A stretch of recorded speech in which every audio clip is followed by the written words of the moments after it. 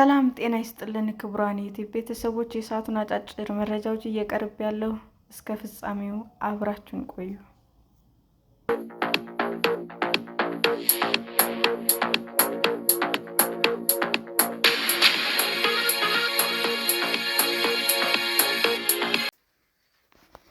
አገልግሎት እንዳይሰጥ ተደርጓል የተባለው ኤምፒሲኤ ለሁሉም መተግበሪያ ጉዳይ በቅርቡ ምላሽ ያገኛል ተብሏል። በኢትዮ ቴሌኮም ሲም ካርድ አገልግሎት እንዳይሰጥ የተደረገው የዲጂታል ፋይናንስ አገልግሎት መተግበሪያ ለሁሉም ጉዳይ በሚቀጥሉት 2 ሳምንታት ምላሽ ያገኛል ተባለ። ለጉዳዩ ቅርበት ያላቸው አንድ ከፍተኛ የመንግስት ባለስልጣን ለሪፖርተር እንደገለጹትም ከኤምፒሲኤ ጋር ተያይዞ የተፈጠረው ችግር በሚቀጥሉት 2 ሳምንታት መፍትሄ እንዲያገኝ በጋራ እየተሰራ መሆኑን ገልጸዋል። ኢትዮጵያ ከብሔራዊ ባንክ የክፍያ መፈጸሚያ ሰነድ አውጪ ፈቃድ ማውጣቱ የገለጹት ባለስልጣኑ ችግሩን ለመፍታት የብዙ አካላት ጥረት እንደሚጠይቅ ገልጸው የብሔራዊ ባንክ ኢንፎርሜሽን መረብ ደህንነት አስተዳደር፣ የኢትዮጵያ ኮሚኒኬሽን ባለስልጣን እንዳሉበት ጠቅሰው ይህና ሌሎች ተያያዥ ጉዳዮች ላይ መልስ ለመስጠት በጋራ እየተሰራ እንደሚገኝ ተናግረዋል። የተፈጠረው ሁኔታ በሚቀጥለው 1 ሳምንት ቀድሞ ሊጠናቀቅ እንደሚችልና የተደረሰበት ሁኔታ እንደሚታወቅ ተናግረዋል። ሳፋሪኮም ኢትዮጵያ ህዳር 26 ቀን 2018 ዓ.ም ባወጣው መግለጫ ከህዳር 22 ቀን 2018 ዓ.ም ጀምሮ ይፋ ያደረገው ኤም-ፒሳ ለሁሉም የተባለ 09 ቁጥር ቤት ጭምር በማንኛውም አገልግሎት መስጠት የሚያስችል አዲስ የዲጂታል ፋይናንስ አገልግሎት መተግበሪያ በኢትዮ ቴሌኮም እንዳይሰራ ተደርጎብኛል ሲል መግለጹ አይዘነጋም። መተግበሪያው በኢትዮ ቴሌኮም ሲም ካርድ የከፈቱ ተጠቃሚዎች እንዳይሰራ መደረጉን ባወጣው መግለጫም ላይ አመልክቷል። ሳፋሪኮም ኢትዮጵያ በወቅቱ ህጋዊና የተመዘገበ መሆኑን ጠቅሶ ዜጎች በነፃነት በውድድር ላይ የተመሰረተ አገልግሎት የማግኘት መብታቸው እንዲከበር መጠየቁም አይዘነጋም። ኢትዮ ቴሌኮም ኩባንያ ዋና ስራ አስፈጻሚ ወይዘሪት ፍሬ ህይወት ታምሩ የኩባንያው 2018 ዓ.ም በጀት ዓመት 6 ወራት አፈጻጸም በተመለከተ ጥር 21 ቀን 2018 ዓ.ም በሰጡት ጋዜጣዊ መግለጫ ስለ ሁኔታው ምላሽ ሰጥተዋል። ወይዘሪት ፍሬ ህይወት በሰጡት ምላሽም ሁኔታው እንደተፈጠረ በኢትዮ ቴሌኮም ስልክ ቁጥር የሞባይል ገንዘብ አገልግሎት ለመስጠት መሞከሩ መረጋገጡን ገልጸው አካሄዱን ከስነ ስርዓት ውጭ ነው ብለውታል።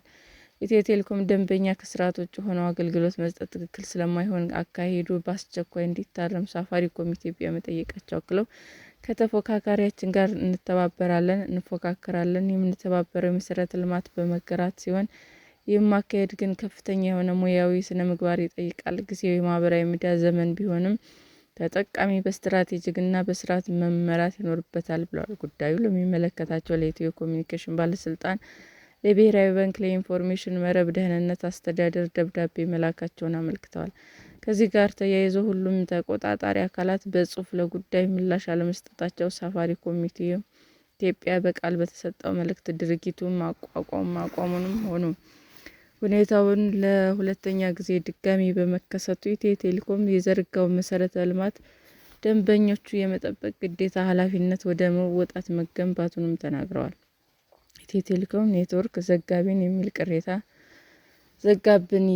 ቅሬታ ነው ያቀረበው። ነገር ግን ኢትዮ ቴሌኮም ኔትወርክ አልዘጋም፣ ደንበኞቻችን ናቸው ለአገልግሎት መታወክ የተዳረጉት፣ ይህ ደግሞ ልክ አይደለም ሲሉም ዋና ስራ አስፈጻሚው ተናግረዋል። ኢትዮ ቴሌኮም ከ4 ዓመት በፊት የነበሩት ደንበኞችን ወደ ሞባይል የፋይናንስ አገልግሎት ያመጣው ብዙ ስራዎችን ሰርቶ ነው ያሉት ወይዘሮ ፍሬህይወት በሌላ ሀገር የሚገኘው ኦፕሬተር መሰረት ልማት ይገነባል፣ በራሱ የሚያስፈልገው ስራዎች አከናውነው ይሰራል እንጂ ኢትዮ ቴሌኮም የገነባው መሰረት ልማት ያለ እውቀት በመጠቀም ለመስራት መሞከር ተገቢ አይደለም ሲሉም አስገንዝበዋል።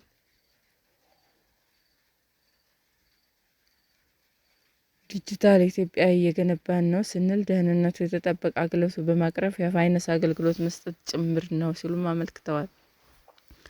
ሁኔታው ከተፈጠረ በሳምንቶች ልዩነት ታህሳስ 19 ቀን 2018 ዓ.ም ለአንድ ቀን ይፋዊ የስራ ጉብኝት ወደ ኢትዮጵያ የመጡት የኬንያው ፕሬዝዳንት ዊልያም ሩቶ የኬንያና የኢትዮጵያ መንግስት ኢትዮ ቴሌኮምና ሳፋሪኮምን በጋራ ለመደገፍ መስማማታቸው መግለጻቸው ይታወሳል። የአፍሪካ ቀንድ ሰላም ጸጥታ እንዲሻሻል ኬንያና ኢትዮጵያ የሚያደርጉት ትብብር አጠናክረው እንደሚቀጥሉ የገለጹት ፕሬዝዳንቱ ለጠንካራ ኢኮኖሚያዊ ትስስር፣ ለዲጂታል እድገት፣ የጋራ ብልጽግና፣ ለቀጠናው መረጋጋት፣ ለግንባር ለአፍሪካዊ መፍትሄዎች ያለንን የጋራ ቁርጠኝነት በድጋሚ እናረጋግጣለን ማለታቸው የሚታወስ ነው።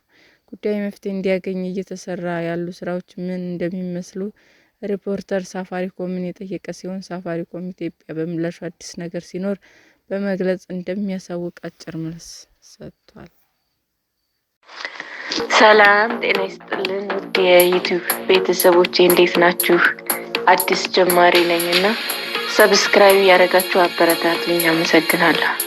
የዩቲዩብ አድማጮቻችን ለሰዓቱ ያቀረብኩላችሁ አጫጭር መረጃዎች ይህንን ይመስል ነበር። በሌላ መረጃ እስክንገናኝ ሼር፣ ላይክ፣ ሰብስክራይብ እንዲሁም ቢቀርብልን የምትሉት መረጃ ካለ ኮመንት እያደረጋችሁ ቸር ቆዩን።